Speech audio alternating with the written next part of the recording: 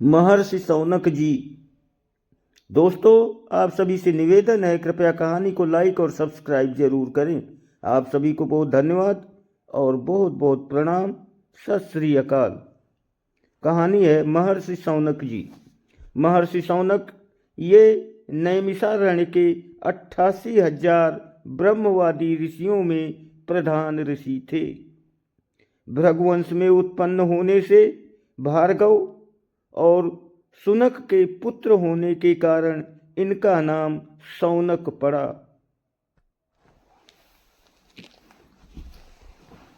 समस्त पुराणों को और महाभारत को इन्होंने ही श्री सूत जी के मुख से सुना था।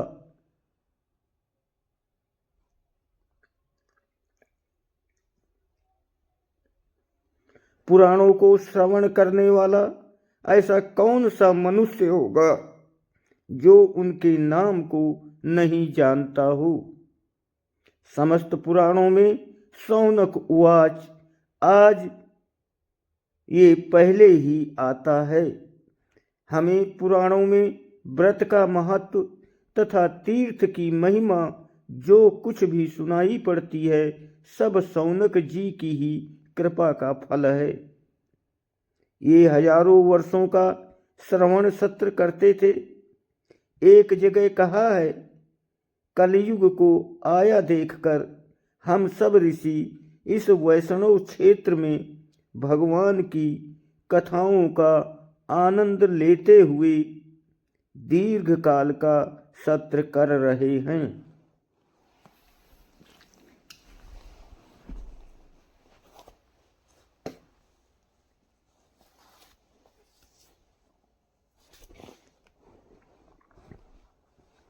इनका समस्त समय भगवत कथा श्रवण में ही व्यतीत होता था।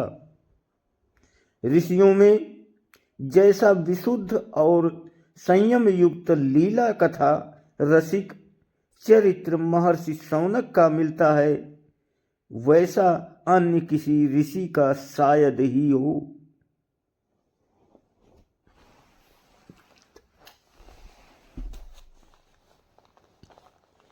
ये नियम से हवन आदि नित्य कर्म करके कथा श्रवण के लिए बैठ जाते थे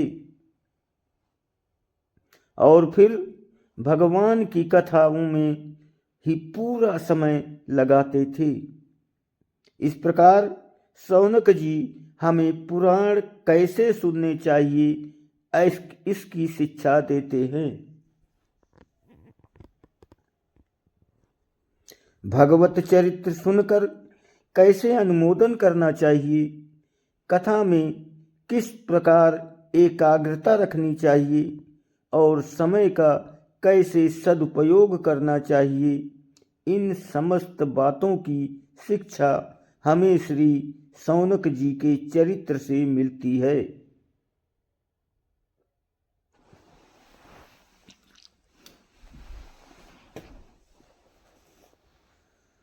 भगवान के भजन में कितनी और कैसी निष्ठा इनकी थी, ये इनके निम्नलिखित वचनों से प्रकट है।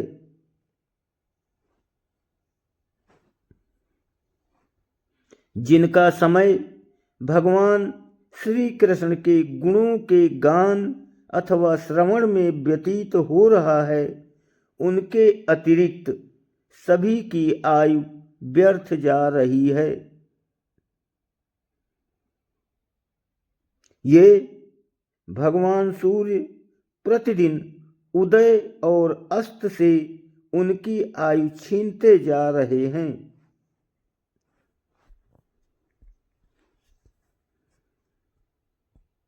जीने के लिए तो वृक्ष भी जीते हैं। लोहार की धौंकनी क्या श्वास नहीं लेती? गांव के पालतू जानवर क्या मनुष्यों की तरह खाते पीते या मलमूत्र त्याग नहीं करते? तब उनमें और मनुष्यों में अंतर ही क्या है?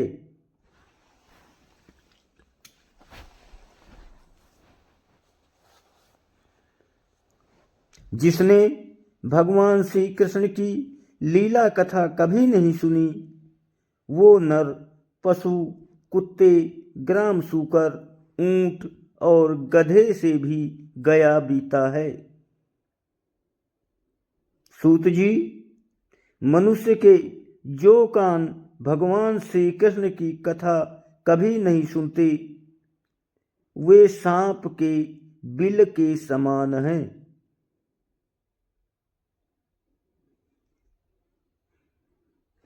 जो जीभ भगवान की लीलाओं का गायन नहीं करती, वो मेढक की जीभ के समान टर टर करने वाली है। उसका तो ना रहना ही अच्छा है। जो सिर कभी भगवान श्री कृष्ण के चरणों में झुकता नहीं, वो रेशमी वस्त्र से सुसज्जित और मुकुट से युक्त होने पर भी बोझ मात्र ही है।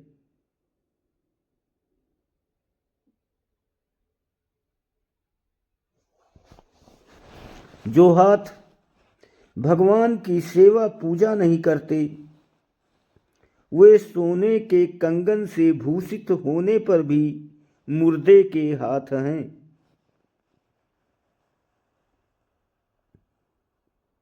जो आंखें भगवान की याद दिलाने वाली मूर्ति, तीर्थ, नदी आदि का दर्शन नहीं करती, वो मोरों की पंखों में बने हुए आँखों के चिन्ह के समान निरर्थक हैं। मनुष्यों के वो पैर चलने की शक्ति रखने वाले होने पर भी न चलने वाले पेड़ों के समान ही हैं, जो भगवान की लीला स्थलियों की यात्रा नहीं करते।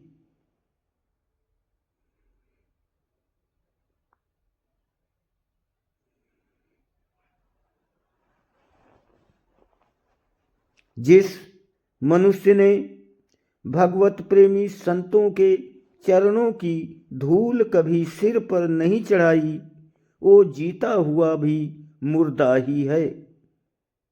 और जिस मनुष्य ने भगवान के चरणों में चढ़ी हुई तुलसी की गंध नहीं ली, वो सांस लेता हुआ भी श्वास रहित शव यानी लाश ही है। धन्यवाद। फेसबुक देखने, सुनने और पढ़ने वाले सभी भाइयों से अनुरोध है, कृपया कहानी को लाइक और फॉलो जरूर करें। धन्यवाद। प्रणाम। सत श्री